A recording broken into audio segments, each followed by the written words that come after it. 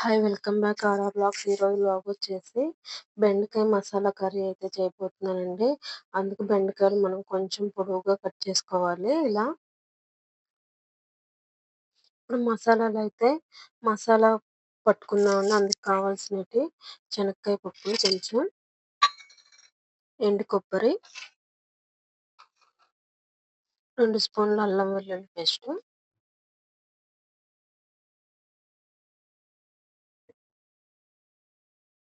కొంచెం చింతపండు, అలాగే పసుపు ఒక 6 స్పూను, ధనియా పౌడర్ ఒక 2 స్పూన్లు. ఇవి మొత్తం కలిపి మనం మిక్సీ పట్టుకోవాలండి. అలాగే పండువి ఒక 3 టమాటాలు కూడా ఇందులో యాడ్ చేసి మిక్సీ పట్టుకోవాలి మెత్తగా. కారం ఒక 2 స్పూన్లండి. ఒక పావు స్పూను, 2 పావు స్పూన్ కారం. ఇప్పుడు ప్రాసెస్ చూద్దామండి. ఇలా బాండీ పెట్టుకొని కొంచెం ఆయిల్ వేసుకొని మనం బెండకాయలు కొంచెం డీప్ ఫ్రై లాగా చేసుకోవాలండి. ఇలా అన్ని కొంచెం కొంచెం వేసుకొని మనకి 50% మనకి బెండకాయలు లైట్‌గా మగ్గితే చాలండి. మిగతాది మన కర్రీలో మగ్గుద్ది. ఇలా అన్ని డీప్ ఫ్రై చేసుకోవాలి. ఇదిగోండి మనకి ఇలా సగం అయితే నూనెలో వేయించుకోవాలి. ఇలా అన్ని వేయించుకుందాం. ఇలా మిగతావి కూడా వేసుకుందామండి. మనము చెదిరిపోకుండా బెండకాయలను అయితే వేయించుకోవాలి. వేసిన వెంబటే కదపకుండా ఒక 2 నిమిషాలు ఉంచాక కలుపుకోవాలండి. అప్పుడు మనకి బెండకాయలు అనేది చెదరదు నూనెలో. మనకి ఇవి కూడా రెడీ అయిపోయినాయండి. ఇవి కూడా మనం పక్కన తీసుకుందాం. ఇప్పుడు ప్యాన్‌లో 2 గరిటెలంతా నూనె ఉంచుకొని అందులో పోపు దినుసులు యాడ్ చేస్తున్నానండి. పోపు దినుసుల తర్వాత ఆనియన్స్, పచ్చిమిర్చి కూడా యాడ్ చేసుకొని వేయించుకోవాలి.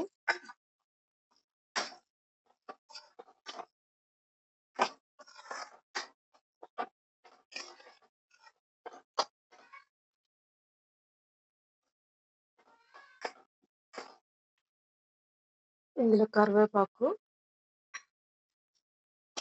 మనకు ఆనియన్ అనేది ఉల్లిపాయలు ఎర్రగా వేగాలండి.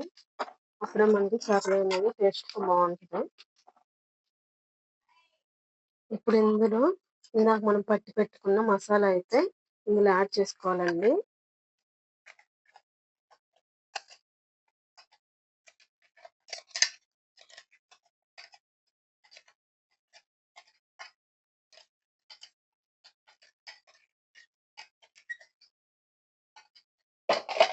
ఈ మసాలా అంతా మనకి పచ్చి వాసన పోయేంత వరకు వేయించుకోవాలండి.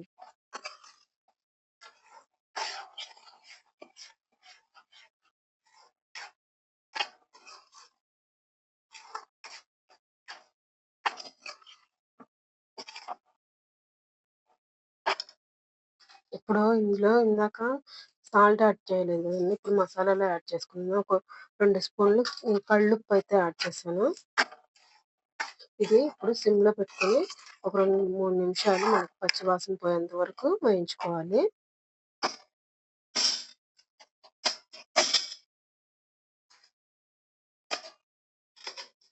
మూత పెట్టుకొని వేయించుకుందామండి మసాలాని.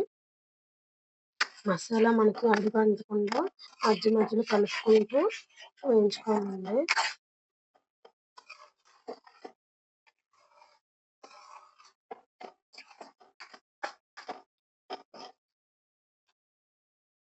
ఇందులో మన మసాలా అయితే పచ్చి వాసన పోయిందండి. ఇప్పుడు లైట్‌గా మనం కొంచెం వాటర్ యాడ్ చేసుకొని ఇంకా 2 నిమిషాలు మగ్గించుకుందాం మసాలాని.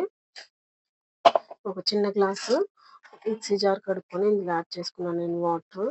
కొంచెం గ్రేవీ కావాలి కాబట్టి.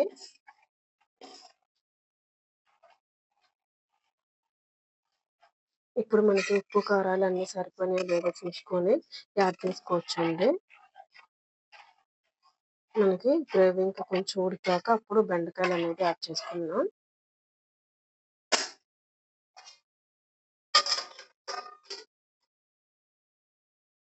ఇదిగోండి మనకి మసాలా అలా ఉడుకుతున్నప్పుడు మనం ఇందాక వేయించి పెట్టుకున్న బెండకాయలనైతే యాడ్ చేస్తున్నాను.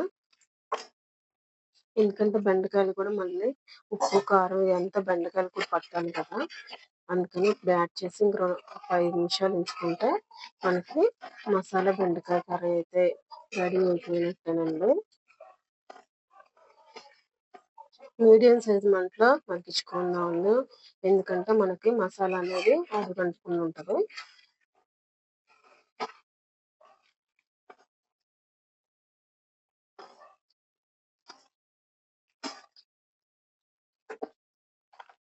ఇప్పుడు కొంచెం సాల్ట్ యాడ్ చేస్తున్నానండి. ఒక అర స్పూన్ మాయన.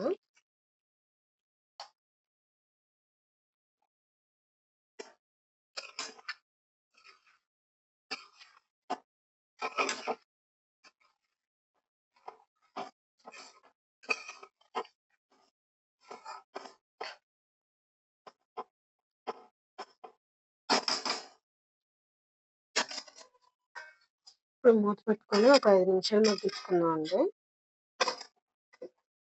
మీడియం సైజ్ మంటలో. మనం ఇప్పుడు లాస్ట్‌గా కొంచెం గరం మసాలా అయితే యాడ్ చేసుకుందామండి. ఒక పావు స్పూను. అలాగే చివరగా కొత్తిమీరండి.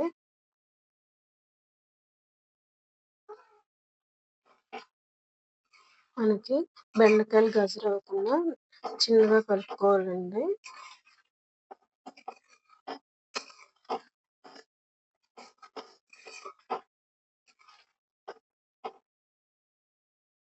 ఇంకొక 2 నిమిషాలు మగ్గించుకుంటే మన కర్రీ అయితే అయిపోయిద్దండి.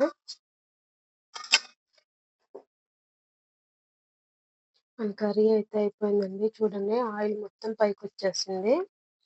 ఇప్పుడు ఇంకా స్టవ్ ఆఫ్ చేసుకోవడమేనండి.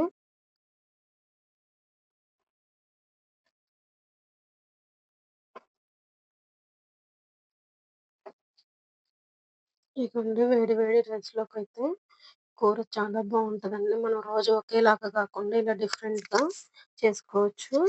కానీ రైస్‌లోకైతే చాలా బావుంటదండి. మీకు ఈ వ్లాగ్ నచ్చినట్టయితే ఆర్ఆర్ వ్లాగ్ 1 ఛానల్ సబ్స్క్రైబ్ చేసుకొని, లైక్ చేసి, షేర్ చేసి, కామెంట్ చేయండి ఫ్రెండ్స్. ఈ కర్రీ మీకెలా ఉందో.